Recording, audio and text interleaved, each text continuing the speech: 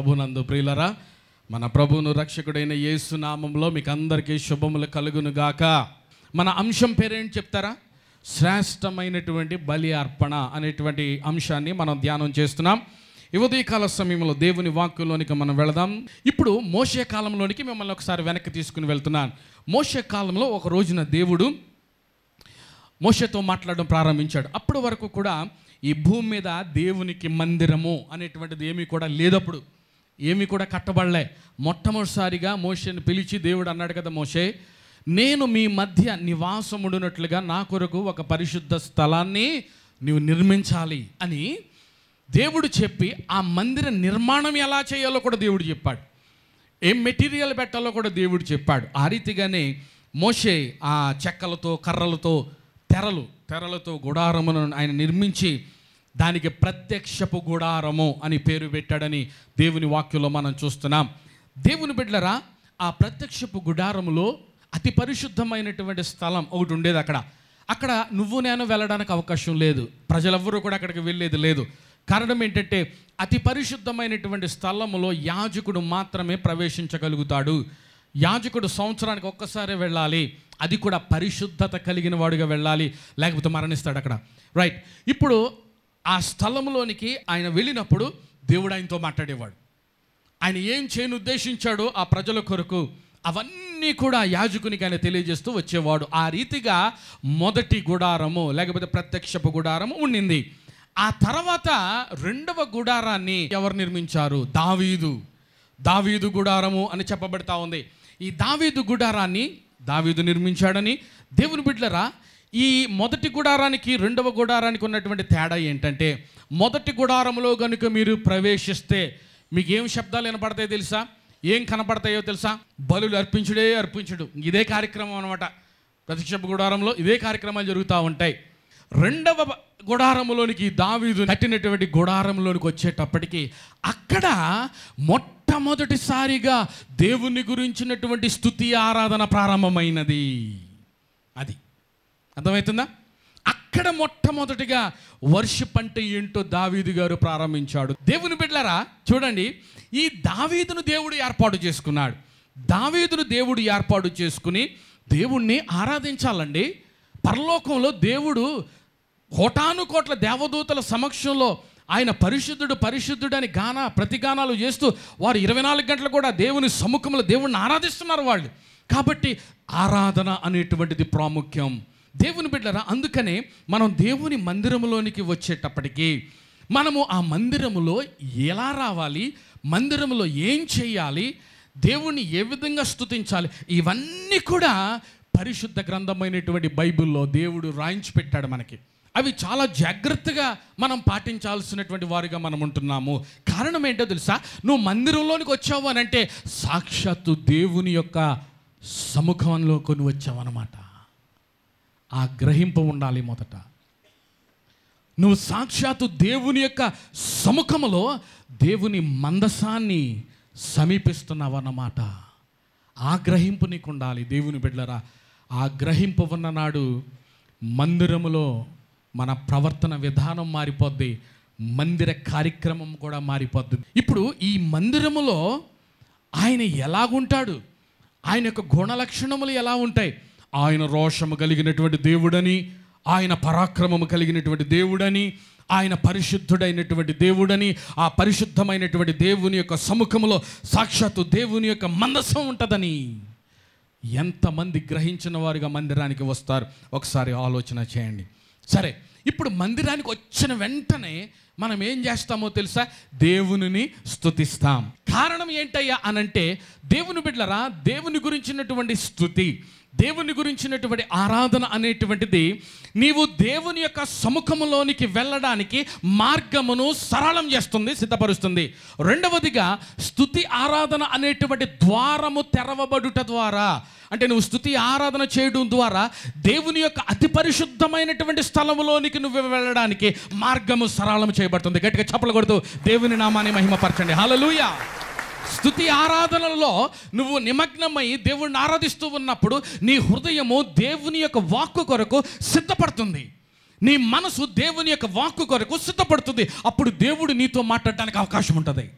అంటే నువ్వు దేవుణ్ణి ఆరాధిస్తున్నప్పుడు నీవు ఆత్మవశుడు అవుతావు.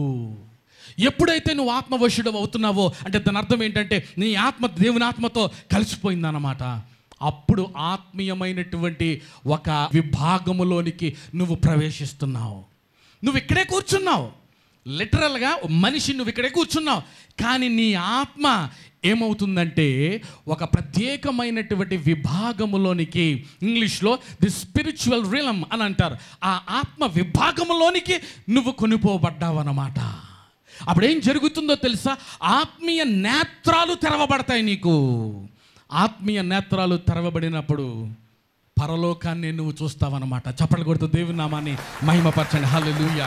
కాబట్టి దేవుని బిడ్డలారా, కీర్తనకారుడు అంటాడు కదా 150వ కీర్తన 1వ వచనంలో, యెహోవాను స్తుతించుడి, ఆయన పరిశుద్ధాలయమునందు దేవుని స్తుతించుడి.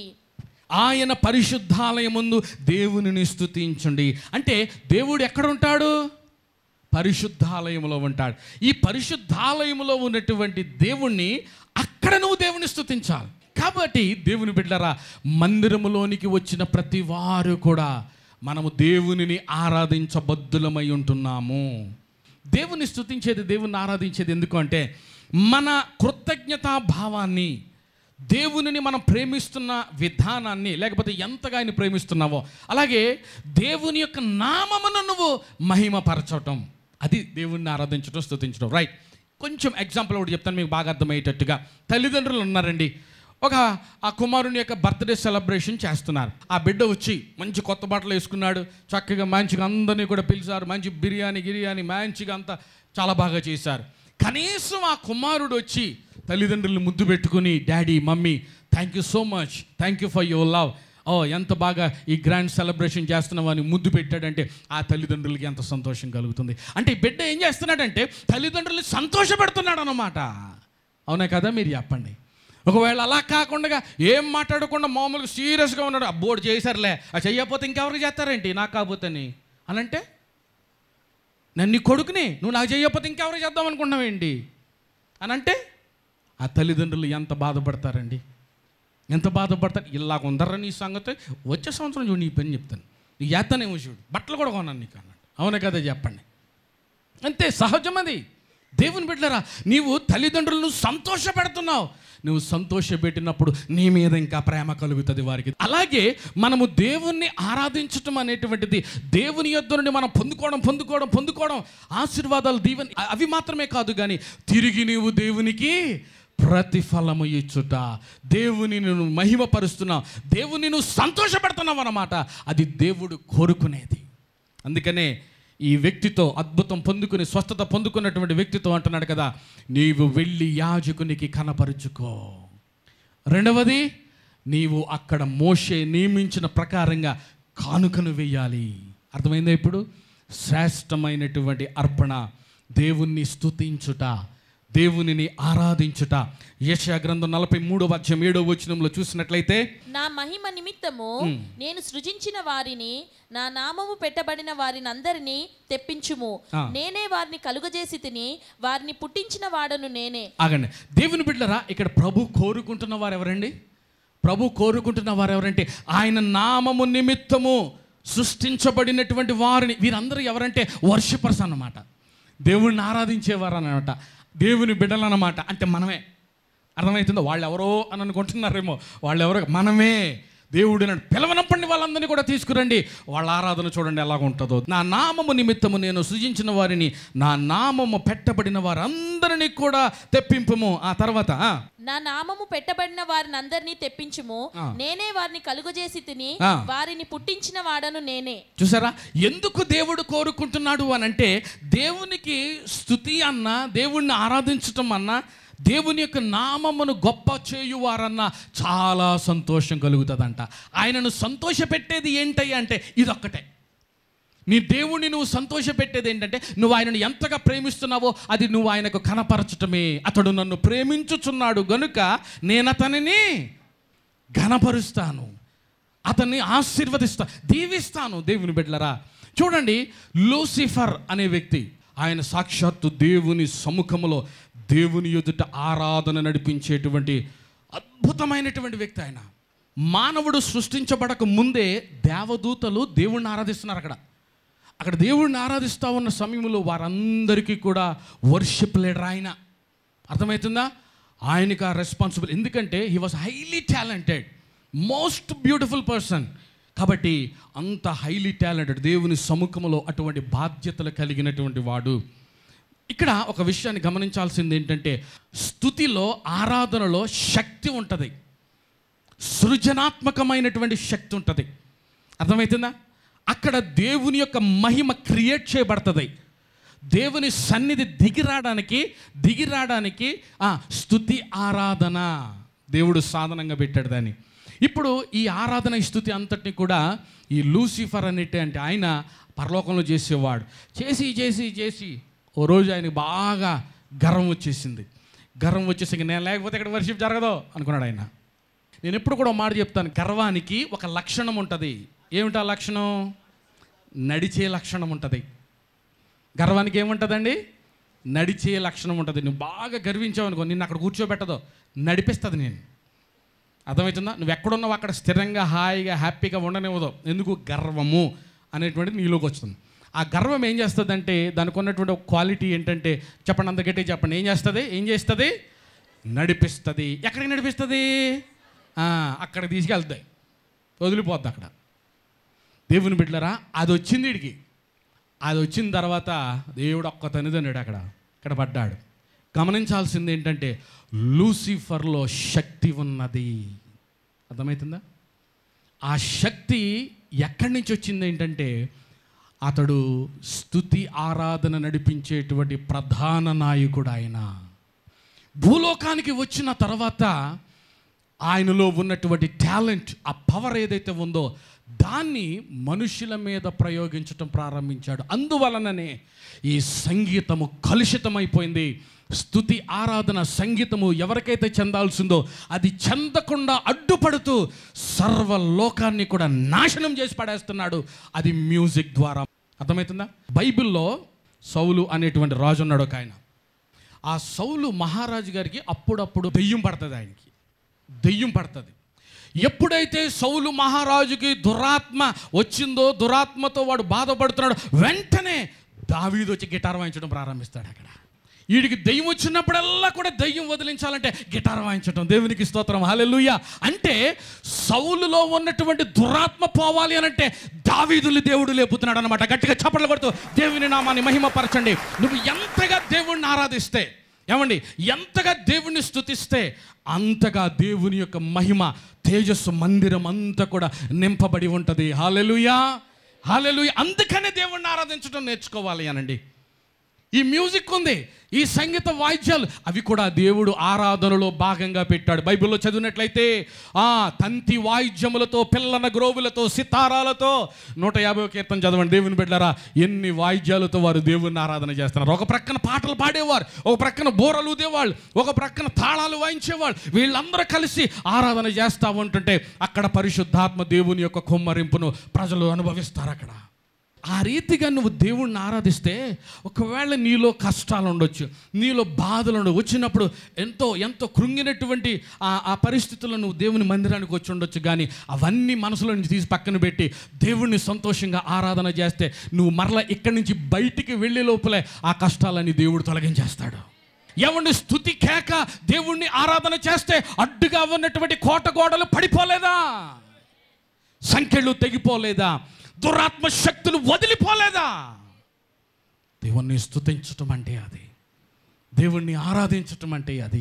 దేవుని బిడ్డలారా, అందుకనే దేవుని మందిరములో ఆయన అంటున్నాడు, నా మహిమ నిమిత్తము నేను సృజించిన వారిని, నా నామమును ఎరిగిన వారిని తీసుకురండి, ఆరాధన చేద్దాం, దేవుని యొక్క మహిమను కిందకు దింపుదాం అంటున్నాడు. దేవునికి స్తోత్రం. రైట్. ఇప్పుడు కీర్తనకారుడు 50వ కీర్తన 14వ వచనం, దేవునికి యాగము చేయుము, మహోన్నతునికి నీ మ్రొక్కుబడులు చెల్లించుము. ఇప్పుడు ఏమంటున్నాడు ఆయన? నువ్వు దేవునికి స్తుతి యాగం చెయ్యి, అలాగే దేవునికి మ్రొక్కుబడులు చెయ్యి. కాబట్టి దేవుని బిడ్డలారా, స్తుతి యాగము అర్పించువాడు ఎవరిని కనపరుస్తున్నాడంట? దేవుణ్ణి కనపరుస్తున్నాడంట. స్తుతియాగమును అర్పించువాడు నన్ను మహిమపరుచుచున్నాడు. అంటే ఈ బర్త్డే సెలబ్రేషన్లో దేవుని బిడ్డలారా, తల్లిదండ్రులు ఎంతగా సంతోషపెట్టి ముద్దు పెట్టుకుని, ఓ థ్యాంక్ యూ డాడ్, చాలా చక్కగా నువ్వు చేసావు, నేను అసలు ఊహించలేదు, ఈ బట్టలు చాలా నువ్వు ఆయన సంతోషపెడితే ఇంకా రెట్టింపుగా నీకు కొంటాడు. ఆమేన్. దేవుని బిడ్డలారా, దయచేసి గమనించండి. స్తుతియాగము అర్పించువాడు నన్ను మహిమపరచుచున్నాడు. దేవుడు అంటాడు కదా, నీవు నా మందిరంలోనికి వచ్చినప్పుడు నువ్వు ఆరాధించాలి, నన్ను స్తుతించేవాడిగా ఉండాలి. దేవునికి స్తోత్రం. రెండవదిగా దేవుని బిడ్డలారా, దేవునికి మృక్కుబడులను చెల్లించాలి అని చదివాం ఇందాక మన వాక్యంలో. మృక్కుబడులను చెల్లించాలి. 100వ కీర్తన 4వ వచనం చదవండి. కృతజ్ఞతార్పణలు చెల్లించుచు ఆయన గుమ్మములలో ప్రవేశించుడి, కీర్తనలు పాడుచు ఆయన ఆవరణములలో ప్రవేశించుడి. రైట్. కృతజ్ఞతార్పణలు చెల్లించుచు ఆయన గుమ్మములో ప్రవేశించుడి. ఏమండి, మనం ఒట్టి చేతులతో దేవుని దగ్గరికి రావచ్చా రాకూడదా? చెప్పండి, రావచ్చా రాకూడదా? ఎలా రావాలి? ఎలా రావాలి? కృతజ్ఞతార్పణలతో దేవుని మందిరానికి రావాలి. యేసుక్రీస్తు ప్రభువారు కుష్ఠరోగితో ఏమన్నాడు? నీవు యాజకుని కనపరుచుకోవాలి, రెండవది నీ కానుక ఇచ్చి వెళ్ళాలి అని దేవుడు చెప్పాడు. ఇక్కడేమంటున్నాడు? కృతజ్ఞతార్పణలు చెల్లించుచు ఆయన గుమ్మములో ప్రవేశించుడి. దేవుడు మన పట్ల చేసినటువంటి ఉపకారముల నిమిత్తం దేవుని బిడ్డలారా, ఆయనకు అర్పణలను చెల్లించబద్దులమై ఉంటున్నాము. దేవుడు పెట్టినటువంటి నియమం ఇది. అలాగని మనం ఏదో దేవునికి ఏదో కానుక ఇవ్వాలి కదా, ఒక అర్పణ కదా, ఇది ఇచ్చేద్దాంలే అన్నట్టుగా ఇస్తే దేవుడు ఆ అర్పణను అంగీకరించడు. మరి ఎలాంటి అర్పణను ఆయన అంగీకరిస్తాడు అని అంటే, శ్రేష్టమైనటువంటి అర్పణను మాత్రమే దేవుడు అంగీకరిస్తాడు అని మీకు నేను మనవి చేస్తున్నాను. మీరు మామూలు సామాన్యమైనటువంటి అర్పణతో దేవుని దగ్గరికి రండి, విలువైనటువంటి శ్రేష్టమైనటువంటి అర్పణతో దేవుని దగ్గరికి రండి, అది ఇచ్చి చూడండి. ఆ తర్వాత దేవుని కార్యాల్లో డిఫరెన్స్ ఎలాగుంటుందో మీరు చూస్తారు. కాబట్టి నువ్వు చేయాల్సింది కీర్తనలో కూడా ఉంది. కీర్తన 50వ కీర్తన 14వ వచనంలో దేవునికి స్తుతియాగము చేయాలి మందిరంలోకి వచ్చిన వెంటనే. రెండవది మహోన్నతునికి ఏమని ఉంటుంది వాక్యంలో ఏముంది? నీ మ్రొక్కుబడులు చెల్లించుము. అది మహోన్నతునికి నీ మ్రొక్కుబడులను చెల్లించాలి అని దేవుని వాక్యంలో చూస్తూ ఉన్నాం. దేవుని బిడ్డలారా, ఆ రీతిగా ఉన్న నాడు ఆయన మందిరములో ఆహారం ఉంటుంది, ఆయన మందిరముల ధననిధిని మనం ఏర్పాటు చేస్తున్నాం. దీని ద్వారా అనేక మంది ఆశీర్వదించబడడానికి నిన్ను దేవుడు వాడుకుంటున్నాడు అని మీరు గ్రహించాలని మనవి చేస్తూ ఉన్నాం. లూకాసు వార్తలో మనం చూసినట్లయితే 6వ అధ్యాయం 38వ వచనంలో, క్షమించండి అప్పుడు మీరు క్షమించబడుదురు, ఇయ్యుడి అప్పుడు మీకు ఇయ్యబడును అని వాక్యంలో మనం చూస్తున్నాం. దేవుని బిడ్డలారా, పుచ్చుకొనుట కంటే ఇచ్చుట ధన్యము అని దేవుడు చెప్పాడు. ఇచ్చుట చాలా ధన్యము. నువ్వు ఇచ్చేటువంటి కార్యక్రమం చేస్తూ ఉన్నప్పుడు దేవుని బిడ్డలారా, దేవుడు సంతోషపడుస్తున్నాడు. అక్కడ ఆయన ఆనందిస్తున్నాడు చేస్తున్నటువంటి కార్యాన్ని బట్టి. అప్పుడు ఏం జరుగుతుందంటే ఆశీర్వాదపు ద్వారము నీ కొరకు తెరవబడుతుంది. ఏమండి, ఆధ్యాత్మికంగా ఆశీర్వాదాలు మనం పొందుకోవడానికి ఒకే ఒక మార్గం ఏంటంటే దేవునికి శ్రేష్టమైనటువంటి అర్పణ అర్పించుట అని మీకు నేను మనవి చేస్తూ ఉన్నాను. చూడండి, దేవునికి ఇచ్చేవారు ఎప్పుడు కూడా ఆకలితో ఉండరు. ఆ చిన్న పిల్లవాడు 5 రొట్టెలు 2 చేపలు తీసుకొచ్చి దేవుడి చేతిలో పెట్టాడు. ఆయనకి ఏమీ లేదు, ఇంకా ఆకలితో ఉండిపోయాడా? ఆకలితో అలాగే ఇంటికి వెళ్ళిపోయాడా? మా అమ్మ ఇచ్చిన డబ్బా యేసుప్రభుడికి ఇచ్చాను, నాకేమీ లేదు ఇక్కడ అని ఏడ్చుకుంటూ వెళ్ళిపోయాడా? లేదో. దేవుని బిడ్డలారా, ఆయన ఇచ్చిన దాని వల్ల 5,000 మంది ఆశీర్వదించబడలేదా? నువ్విచ్చింది శ్రేష్టమైనటువంటి అర్పణ దేవుని చేతిలో పెడితే దేవుడు ఆ రీతిగా ఆశీర్వదిస్తాడు. దేవుని బిడ్డలారా, ఈ రోజున మనం ఈ స్థాయిలో ఉన్నాం. దేవుడు ఉద్యోగాలు ఇచ్చాడు, మంచిగా రాబడిస్తున్నాడు. దానిలో నుండి 10వ భాగం ఇవ్వాల్సిందే దేవునికి. అది దేవుని యొక్క నియమము అని చెప్పబడతా ఉంది. దేవుడు ఇవ్వమన్నాడు. కారణం ఏంటంటే దేవుడు ఇంకా నిన్ను ఐశ్వర్యవంతునిగా చేయడానికి. ఈ క్రమాన్ని దేవుని సంఘాలైనటువంటి సంఘాలు అన్నిటిలో కూడా చాలా చక్కగా జాగ్రత్తగా సిస్టమేటిక్గా కనుక బోధించినట్లయితే ఆ సంఘ విశ్వాసులు ఆశీర్వాదమునకు వారసులు అవుతారు అని మీకు నేను మనవి చేస్తున్నాను. కాబట్టి దేవుని బిడ్డలారా, బైబిల్లో ఒక మాట రాయబడి ఉంది. దేవుడు మెచ్చేది, దేవుడు సంతోషించేది, అది తండ్రికి ఆనందము కలిగించేటువంటి ఒక కార్యం ఏంటంటే తండ్రి అయిన దేవుని ఎదుట ఆ పవిత్రమును నిష్కళంకమైనటువంటి భక్తి ఏదనగా అని బైబిల్లో రాయబడి ఉంది. అంటే దేవుని కోరుకునేదనమాట. దేవుడికి ఇష్టమైంది ఏంటంటే నిష్కళంకమైనటువంటి భక్తి ఏదనగా దిక్కులేని పిల్లలను, విధవరాండ్రను వారి ఇబ్బందులో పరామర్శించుట అని దేవుని వాక్యంలో మనం చూస్తూ ఉన్నాం. ఎంతసేపు మనమే పోగేసేసుకోవడం, ఎంతసేపు మనమే గొప్పోళ్ళు అయిపోవడం, మనమే అన్ని చేసుకోవడం ఒక్కనాటికి కూడా మంచిది కాదు. ఇతరులకు మనం సహాయం చేస్తే దేవుడికి చేసినట్లే. ఇతరులను మనం ఆదుకున్నట్లయితే, దేవుని పట్ల మనం చేసినట్లయితే, నువ్వు చేసినటువంటి ఆ యొక్క కార్యము ఎక్కడ కూడా వృధా కాదు. దేవుడు తిరిగి రెట్టింపుగా నిన్ను ఆశీర్వదిస్తాడు అని దేవుడు తెలియజేస్తూ ఉన్నాడు. ఒక యవనస్తుడు యేసయ్య దగ్గరికి వచ్చి, ప్రభువా, నేను పరలోక రాజ్యం వెళ్ళాలి, ఏం చేయమంటారు అని అడిగాడు. యేసయ్య ఆ యవనస్తునితో ఏం చెప్పాడో తెలుసా? బాబు, నువ్వు చాలా ఆస్తిపరుడవు, చాలా డబ్బున్న వ్యక్తివి, నువ్వు వెళ్ళి నీ ఆస్తిని అమ్మి బీదలకివ్వు అని యేసయ్య చెప్పాడు. బీదలకివ్వు అని యేసయ్య చెప్పాడు. అప్పుడు ఏం జరుగుతుందో తెలుసా? బాబు, పరలోకములో నీ ధనము వృద్ధి అవుతుంది, పరలోకములో నీ ధనము వృద్ధి అవుతుంది, నీకు ధనం వస్తుంది అని యేసయ్య చెప్పాడు. ఆ యవనస్తుడు మిగుల ఆస్తి కలిగిన వాడు గనుక అని చాలా క్లియర్గా ఉంటుంది బైబిల్లో. మిగుల ఆస్తి కలిగిన వాడు గనుక ఆ మాట విని సంతోషపడి తన ఆస్తి అంతటిని కూడా తీసుకొచ్చి యేసుకు అప్పగించెను అనుంది బైబిల్లో. ఏమనుంది? ఆ మాట విన్న తర్వాత అతడు వ్యసనపడుచు అనుంది వాక్యంలో. అంటే కోపం వచ్చేసిందనమాట. ఏంటినా పరలోకానికి ఎలాగెళ్తామని అడిగితే నీ దగ్గర ఉన్నదంతా కూడా తీసుకొచ్చి ఇచ్చేయమంటాడేంటినా? బీదలకు సహాయం చేయమంటాడేంటినా? వాళ్ళని ప్రేమించమంటాడు. నేను కష్టపడి, నేను కష్టార్జితం అండి, ఇది ఎంత కష్టపడ్డాడో ఆయనకేం తెలుసండి, ఆయన ఇచ్చేయమంటాడంతే. అలాగా ఆయన పోయిందేముంది అని అనుకున్నాడు ఆయన. దేవుని బిడ్డలారా, అతడు వ్యసన పడుచు వెళ్ళిపోయెను అని వాక్యంలో ఉంది.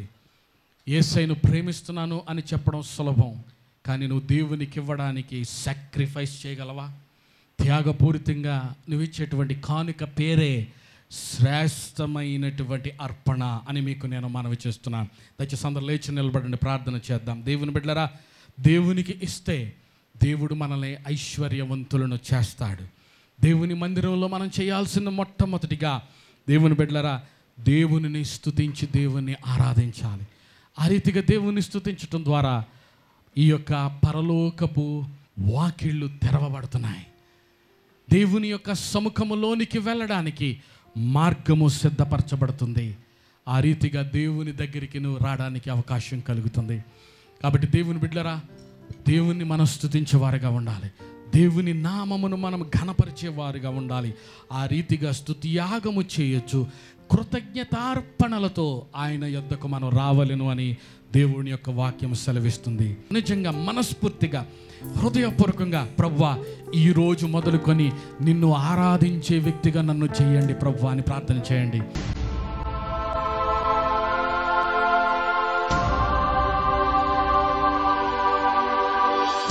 పరిశుద్ధుడా, ప్రేమ కలిగిన మా పరమ తండ్రి, నీ పరిశుద్ధ నామమునకు స్తోత్రాలు ప్రభువా. నిన్ను స్తుతించడంలో ఉన్నటువంటి సంతోషం, నిన్ను స్తుతిస్తే ఆరాధిస్తే ఏం జరుగుతుందో ప్రభువా, నీ వాక్యములో ఉన్నటువంటి అమూల్యమైనటువంటి విషయాలు మాకు బోధించారు. మా తండ్రి, మేము నీ యొద్ద నుండి పొందుకున్నటువంటి ప్రతి మేలును బట్టి, ఉపకారములను బట్టి యేసయ్యా నిన్ను స్తుతించి నీ నామమును పైకెత్తి ప్రభువా, నీ నామమును ఘనపరిచేటువంటి గొప్ప భాగ్యాన్ని ఈ స్తుతి ఆరాధన ద్వారా మీరు మాకు ఇచ్చినందుకే నీకు స్తోత్రాలు. మా తండ్రి, మా సంఘములో నిన్ను ఆరాధిస్తున్నటువంటి ప్రతి వారిని కూడా దావీదుల వలె చేయమని ప్రార్థన చేస్తున్నాను. మా తండ్రి, ఏ ఒక్క వ్యక్తి కూడా నిన్ను ఆరాధించలేనటువంటి స్థితిలో ఉండకూడదు ప్రభువా. అది మేము నీకు అర్పించేటువంటి శ్రేష్టమైనటువంటి అర్పణ. ఆ రీతిగా మమ్మలను ఆశీర్వదించమని ప్రార్థన చేస్తున్నాను. నిన్ను స్తుతిస్తూ అలాగే మా మ్రొక్కుబడులను ప్రభు మేము చెల్లించులాగున, మా దశమ భాగములు మా రాబడిలో నుండి నీకు ఇచ్చి మా తండ్రి ఇంకా ఎక్కువ మేలు మేము పొందుకొనులాగున నీ సహాయము అందరికీ అనుగ్రహించమని ప్రార్థన చేస్తున్నాను. మా తండ్రి, నిన్ను స్తుతించటం ఎలాగో నేర్చుకుంటున్నాం, ఆరాధించటం ఎలాగో నేర్చుకుంటున్నాం నాయన. మేము జీవించేది కూడా దానికోసమే. ఆ రీతిగా నా తండ్రి ఆరాధికులుగా మమ్మల్ని చేయండి. మా తండ్రి, కూడి వచ్చిన బిడ్డలందరినీ కూడా మీరు దీవించండి. యేసు నామమున అడిగి వేడుకుంటున్నాను మా పరమ తండ్రి. ఆమేన్.